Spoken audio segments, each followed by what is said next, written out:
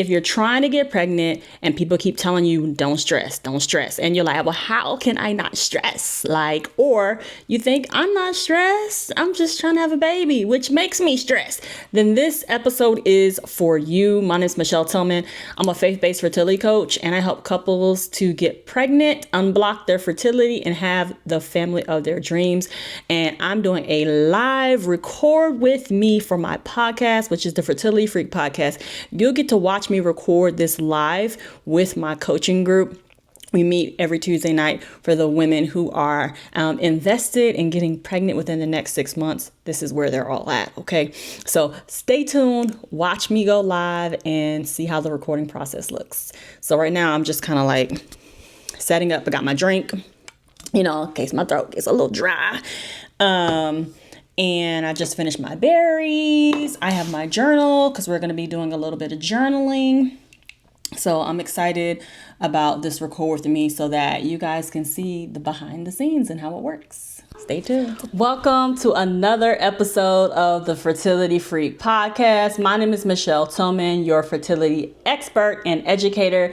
And this week we are talking all about stress and how it affects your fertility. So if you are feeling stressed out or you're in denial and you think you're not stressed out, then I need you to tune in, take notes, holla at your girl, because it is really important that we recognize some of the things that are very subtle but need to be addressed when it comes to your fertility.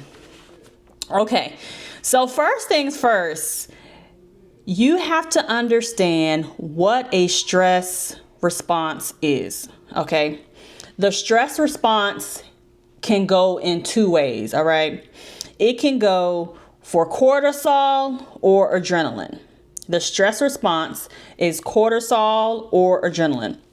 So when your brain perceives stress, even if it's just emotional or even if you don't say anything, if it's unspoken, it can send a signal to the hypothalamus, which triggers your HPA axis. So the moment that something comes through your brain and you're like, oh my goodness, that definitely is your adrenaline. Okay. It'll increase your heart rate. It'll increase your blood pressure. It sends more blood to your muscles and less goes to your digestive system and your reproductive organs.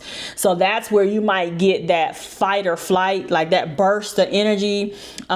Typically, if you were an animal in the wild, that's when you would take off running. When you see your prey, that's that adrenaline stress response. Okay.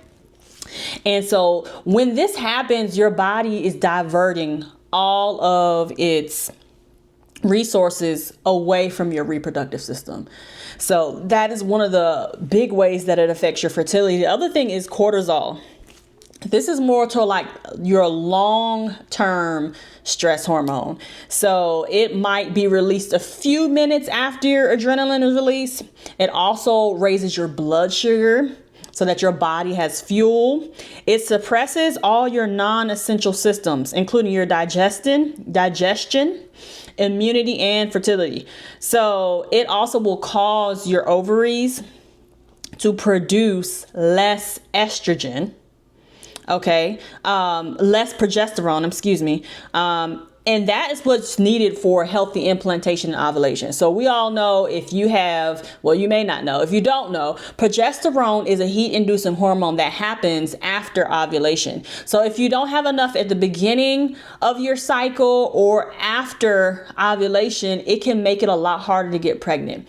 So anything that is reducing your progesterone is not a good look. So long term, if you have your cortisol elevated, that eventually can delay or stop altogether your ovulation. So I know a lot of times I'll be talking with clients and they'll be like, oh man, I ovulated later this month. And I'm like, okay, so tell me what was going on. And a lot of times it's, okay, I was out of town, or I had a lot of stuff going on at work, or, I got in an argument with a coworker. It can be little things that throw off your ovulation because the stress, decrease your progesterone, which in turn affects your ovulation. So it's just important that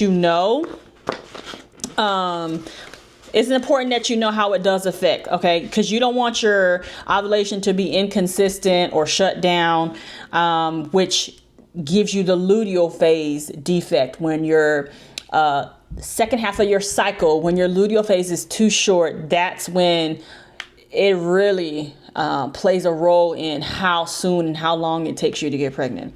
Okay, and your high cortisol also leads to higher prolactin, which that also blocks ovulation. So we don't want ovulation blocked, because without ovulation, there's no pregnancy.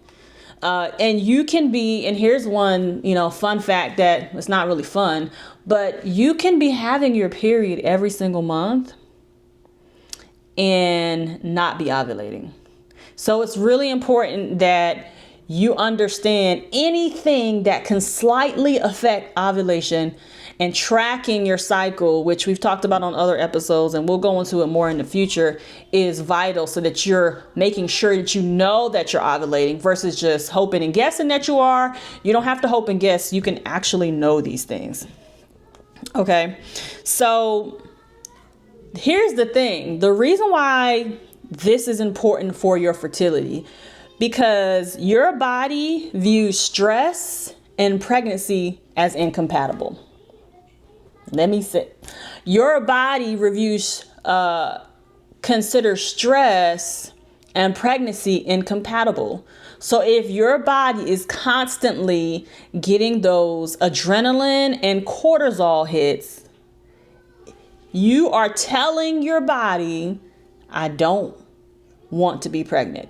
It's not safe for a pregnancy to happen. So you have to understand, even though you think, oh, I'm just not worried about it. I'm going to just delete them and keep going. Block ministry, my cutoff game strong. Okay, that's all cute until you're trying to have a baby, and you might have mentally positioned yourself where you're blocking out things and ignoring things, but your body is still keeping score. And it's really important that we don't forget that. Okay. So if you see me looking down, I'm looking at my notes. I just want to make sure that I don't miss anything. Okay. So one of the other big things is hidden stress. Okay. Hidden stress. So many of us fall into, that superwoman, power woman who can do all the things all the time. You help everybody out. But here's some examples of hidden stress. If you have high functioning anxiety, you're constantly multitasking and you don't rest. You're carrying everybody else's burdens and you're suppressing emotions, saying, I'm fine, I'll keep going. Like I said, cut off game strong. Don't worry about it. I ain't worried about them. You risk the danger of becoming numb and realizing that you no longer, like, your stress sensor no longer goes off when stressful situations happen because you have gone numb to them. Okay. So just because you do not feel stressed, it doesn't mean your body isn't reacting to stress. Just because you don't feel stressed, it does not mean your body is not reacting to stress. And that's really important. I want to go back to the multitasking part real quick, because, I'm a little guilty of that. Like we were talking about earlier on one of our coaching calls about how, we had the TV on in the background. It's like you can't stand the silence. You can't stand, for other stuff not to be going on while you're doing, like, you're trying to, watch your shows, do your work, exercise. Like, we have created lifestyles that require multitasking, when actually I feel like in this season, God may be calling us to slow down and focus on one thing at a time. I actually read a book. I'm trying to remember the name of it.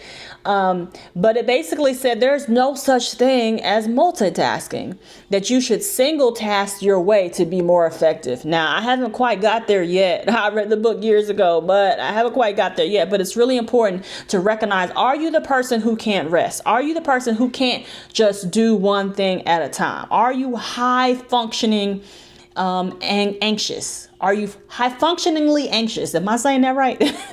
High functioning anxiety is something that we normalize, and sometimes it's even praised. because you get stuff done, because you have this go, go, go. But that's not always a good thing. Okay. And you don't want to go numb. And you want to make sure you have someone to talk to, because we said, a part of this is just saying that I'm fine. You're not fine. Just because you can go to work, just because you can perform for your spouse, for your friends, for your family, that doesn't mean you're fine. In this fertility journey specifically, let me tell you something. Everyone needs therapy. Because whether you feel it, okay, for my audio listeners, I'm doing air quotes, whether you feel it or not, there's stress happening inside of you. And so if you don't go talk to someone about it, whatever you have to do to get in therapy, if you can't afford therapy, find a support group, find some place where you can have open conversations. That's one of the biggest things that I love about our coaching community, is that we might not have anyone else we can talk to about this stuff, but here we can. And I'm not saying that we're crying and, on every call, but there are spaces where you just don't have anyone else who truly understands your position and where you're at. And so we want to be that safe space for you, but it also does not replace therapy. Amen. Okay.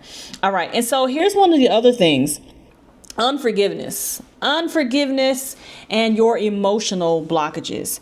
So thank you so much for watching. To catch the full episode of this podcast, make sure you click the link that's down here in the description so you can see all the things you need to know about your stress so that you can address it and get pregnant faster. And if you're looking for help to get pregnant and you're tired of doing this on your own, or you need help preparing before another round of IVF, make sure you apply to work with me. That'll also be linked in the description. All right, see you guys next time. Bye.